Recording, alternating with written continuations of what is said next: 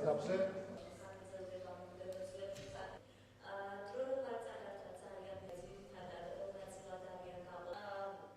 აჭარის განათლების კულტურისა და სპორტის სამინისტრო პირველად იწყებს უმაღლესი განათლების ხელშეწყობის პროგრამის განხორციელებას. პროგრამის ბიუჯეტი 182,000 ლარია. პროგრამა შედგება რამოდენიმე კომპონენტისაგან.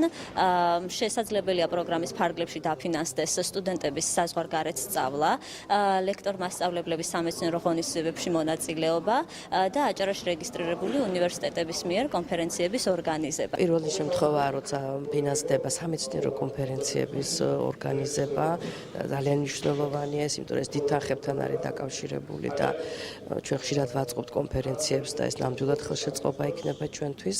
გარდა ამისა, განსაკუთრებით საინტერესოა, რომ პროფესორ მასწავლებელთა სტაჟირების პროგრამა დაფინანსდება და ფინანსდება კიდევ სამეცნიერო ღონისძიებებში მონაწილეობა. ძალიან ხშირად გვაქვს საინტერესო მოწვევები და ვერ მივდივართ, იმიტომ რომ ეს დიდ თანხებთან არის დაკავშირებული.